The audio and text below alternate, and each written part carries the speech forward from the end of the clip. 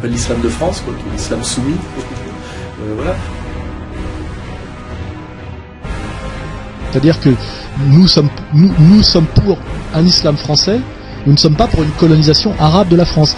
L'islam ne s'implantera que s'il se francise. Il ne peut s'agir que d'un islam de France et non pas d'un islam en France. Ça, c'est pas possible. Alors nous expliquons très bien que si leur destin est d'être en France et de devenir français, il faut qu'ils pratiquent un islam francisé.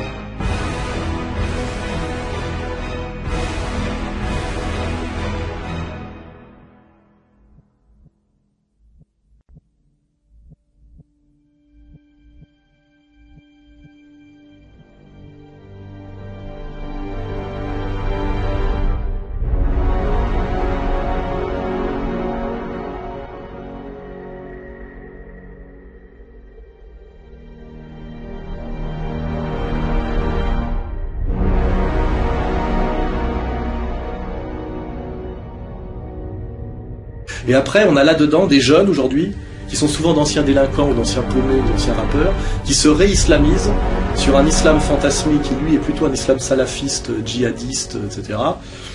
Et ce que j'appelle moi les islamo racailles, tu vois, et qui sont, dont on parle très bien dans le film, un prophète, tu sais, dans le film, un prophète. C'est-à-dire des Français d'origine immigrée, issus du Maghreb, et dont l'assimilation a échoué pour toutes les raisons que j'ai déjà évoqué dans mes livres, et qui cherche une identité valorisante, ne pouvant pas la trouver dans le HLM Yuri Gagarin, ni dans le Quick, même le Quick Halal, ni dans Bernard-Henri Lévy, ni dans SOS Racisme, ni dans Éric Zemmour, ni dans Sarkozy. Effectivement, cherche un truc, et là on leur offre quelque chose qui est la fierté musulmane, compris par un loupard de banlieue, qui n'est pas religieux, qui est un libéral en réalité, et qui a une formation de voyou, et d'un seul coup ça donne une espèce de machin, que j'appelle moi l'islamo-racaille, effectivement avec l'idée du djihad, qui est un truc un peu qui est le prolongement de la baston du bas de l'immeuble, hein, mais avec une dimension un peu plus noble, tu vois.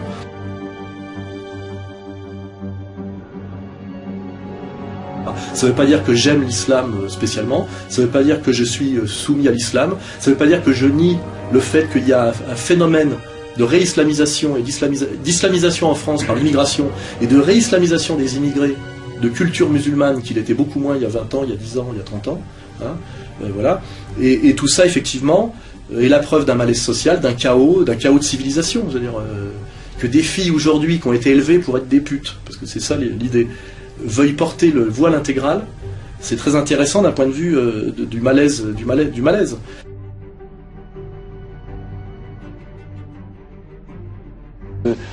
Moi, en fait, ma vraie souffrance, les fois où j'ai souffert en tant qu'amoureux, c'est avec deux cas de figure, c'est avec une pute et avec une pauvre. Parce qu'en fait, je suis tombé amoureux d'une call girl de haute volée.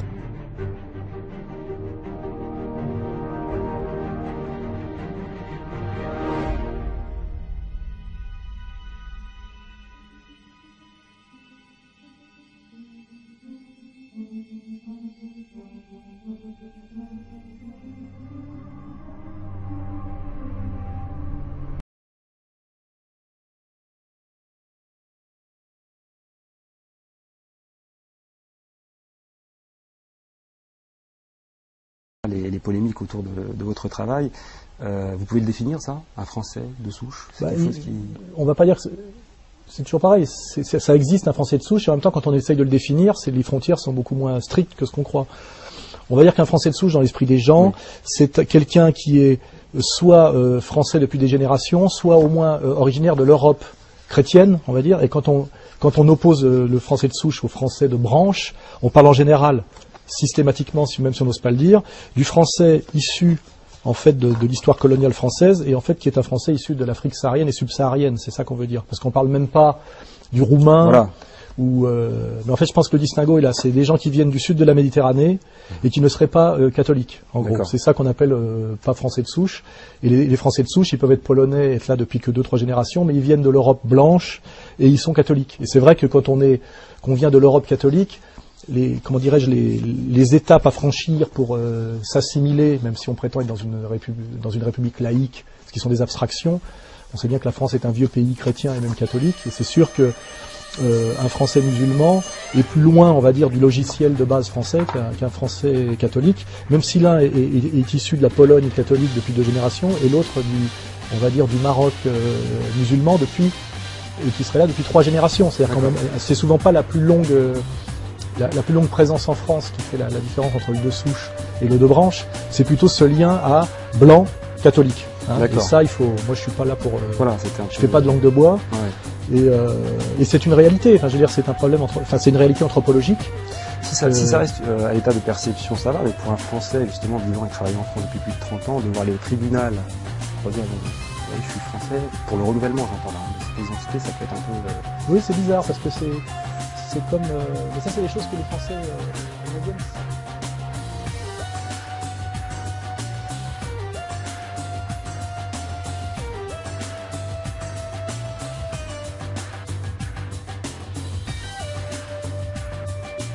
Sympa, je rassure. Non, mais donc moi, j'ai jamais fait la promotion ni de l'UMP ni du PS. Donc vous parlez fort, mais vous n'accumulez que les défaites depuis 30 ans et vous êtes au bas de l'échelle communautaire en France. C'est-à-dire que vous pas du tout. Vous n'avez même, vous n'avez ni la culture de l'indépendance ni le courage de l'indépendance. C'est moi ce que je vous reproche parce que je vous connais bien et que je vous fréquente depuis des années, Oumma, les musulmans, etc. C'est vous parlez fort. Et dès que vous êtes face au ballon, je n'ai pas oublié ça. Ce que j'ai constaté souvent chez les Maghrébins, vous parlez très fort et vous êtes une lâcheté sur le terrain inouïe. Je l'ai constaté, je cherche. On a toujours l'impression que vous avez traversé la Méditerranée hier. Vous n'avez accumulé que les échecs. Vous êtes un loser, d'accord? Donc moi je dis à un moment donné, à la limite, vous ne faites que ramper en réalité. Ah non, alors rassurez-vous. Dans la vraie vie, bien sûr, pas du tout. Vous n'avez rien. Pas du tout. Vous n'avez aucun direct. Si je rampais, j'aurais un poste. La musulmane est la 2e communauté de France en nombre. Elle a une légitimité sans doute bien supérieure à d'autres par rapport à ce qu'il y a, le sang versé, etc. Elle est au bas de l'échelle, en réalité, du pouvoir. Ça changera, monsieur Soral. Ça vous ne l'avez pas. Non, mais arrêtez, vous êtes assis dans les chiottes. Arrêtez, vous êtes pas au salon, vous êtes dans les chiottes. Non, je suis désolé. Je suis assis. Vous êtes au fond des chiottes. Mon combat me permet d'être. Arrêtez de me dire que les chiottes, c'est le salon. Attendez, à cause de qui? À cause de les islamistes sont dans le salon. Alors les islamistes sont dans le salon. Le Front National dans la salle de bain et vous êtes dans les chiottes. Et le MP et le PS sont dans les chambres à coucher. On le dénonce, ça. Et ça fait 40 ans que vous êtes dans les chiottes. On n'est pas masochiste, monsieur Soral. Sortez les chiottes.